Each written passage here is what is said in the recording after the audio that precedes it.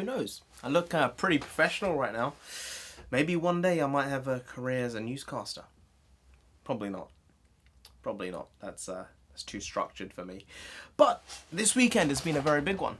A lot of big news coming out of D23. The biannual.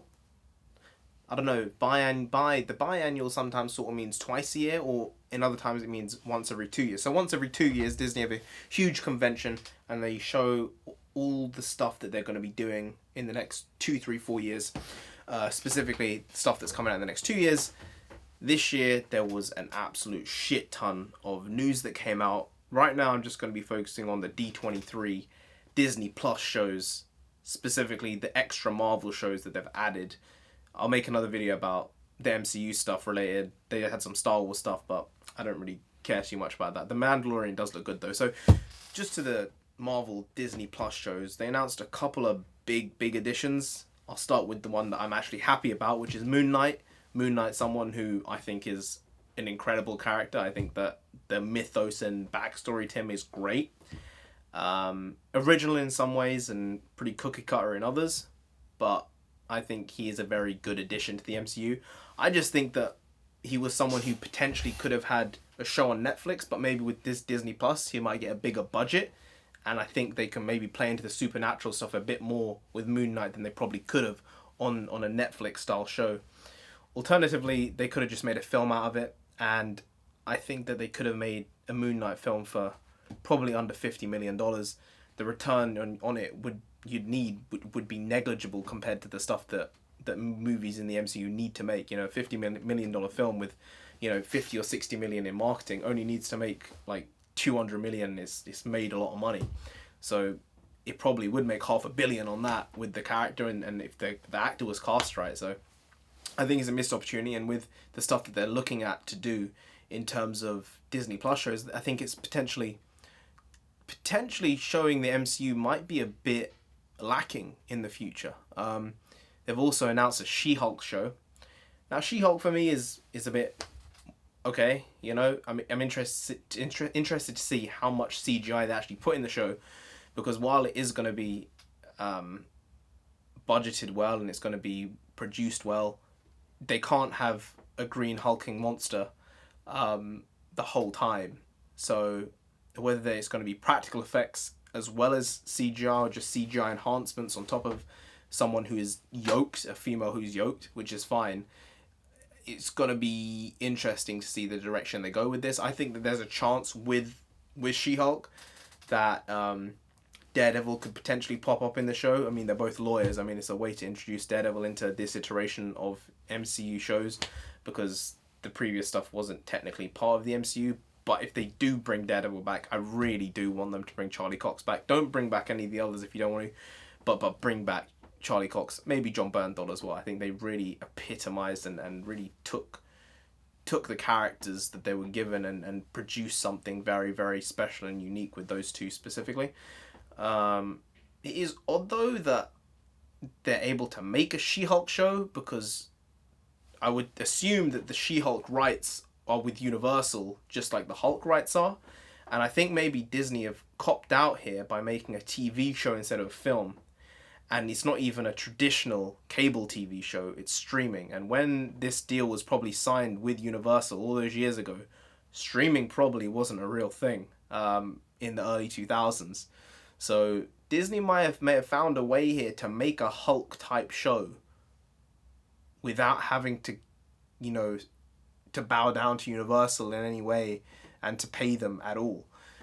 I think maybe they're testing this out with She-Hulk, and if they can actually manage to do the CGI properly and well, then maybe there's a chance that they'll be able to produce a Hulk show without having to get Universal involved at all.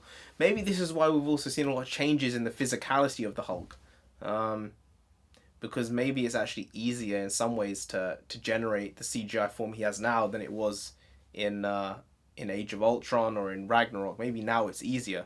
Technology's got better, so they might be able to make a Hulk show eventually. So that one I'm not super mad about.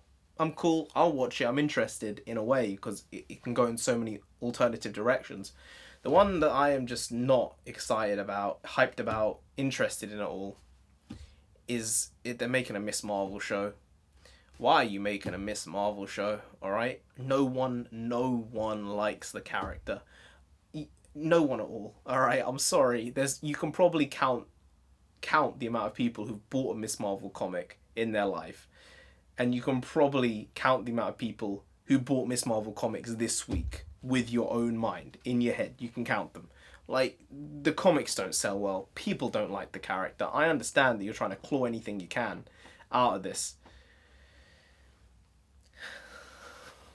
And I really had high hopes for Kamala Khan. Back in that day, I was probably more woke than I am now. And, I was pro, diversity no matter what. It doesn't matter. Now it's like, well, if it makes sense and if the story's good, then yeah, I mean, I'm for that. But stories just haven't been particularly good. I think Riri Williams is sometimes good and sometimes a bit shit. I think Miles is one of the only new generation characters that's actually had any sticking power at all.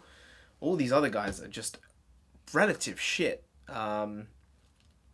Relative shit, because we don't want unrelative shit.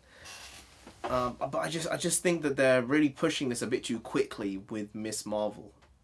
Because if you think about it, they're giving Miss Marvel, a TV show, a character we've never seen before, who's not been in any shows, and it doesn't have any real backstory in the comics. She's been around for like 3.5, 4 years, maybe. I think maybe mid 2014 or end of 2014 was when her first appearance was. The first comic came out. There were so many variants of that damn comic. I think it's why the comic industry's basically failed. Variant bloody covers. But yeah, she's not really loved by anyone, and I think that the idea of trying to insert her into the MCU at this stage doesn't really work. Maybe in 5 years' time, 6 years' time, 7 years' time, where she's had a good run in the comics maybe at one point, and they can draw from that and make a story from that. But what it is right now, there's nothing there to draw from. It's just a stereotypical story, really. Really, that's what it is. That's the truth. That's what the character is. It's a stereotypical story. And I don't think that serves anyone particularly well. Especially her. And the idea is she just idolizes Captain Marvel. I don't see how she can really idolize Captain Marvel, because Captain Marvel has been off-world since the end of Captain Marvel till Endgame. Like, she'd not been on the planet basically at all. She'd been saving the universe, as we've been told so many times. We've been told.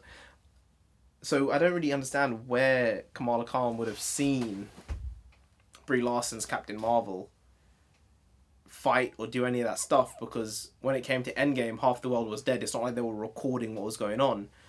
So the only time we're going to see potentially Captain Marvel interact with Kamala Khan might be in Captain Marvel 2. And then from there, you're just going to give Kamala Khan a show? I don't know about that. That's like going from Captain America, the first one, to just making a Winter Soldier film. And Winter Soldier being the main character, and then doing a Winter Soldier TV show. It doesn't really work. It's the same thing. It's like saying with Falcon. Falcon was in Winter Soldier, and then he was in like 4 or 5 other MCU films. Now he's getting a show. We've got a character. We've got a rapport with him. Some people think that Bucky should have got the shield. Some people think that Falcon should have got the shield. You're not going to please everyone. Someone's going to have the opposing viewpoint. But I appreciate the way they've gone with the story, and I think that either way people are going to be annoyed, so they made a choice with it. I think Falcon is his own character anyway, and I think making him Captain America is a bad idea, because he is Falcon and he is strong in that role. Just by giving him the title of Captain America, I don't like this idea of hand-me-down characters. I think Falcon is a strong character, an integral character at this point in the MCU, and maybe stick with the Falcon. Don't make him Captain America. I don't know. I would say the same thing for Winter Soldier. In the same regard, he's the Winter Soldier. He's not Captain America. He's done great, morally not great things. He's done bad things. So I wouldn't really say it's a good idea for him to be Captain America either. He's done. He can use the shield. He can represent what Captain America represents while being the Falcon. Just my opinion. The point is, we've got to a point with that we can argue and debate and say yes or no or yes or no, and have a rapport with the character and understanding of what his motivations are, what really are his morals and that type of stuff. And he's a very, very morally centered character. You know, he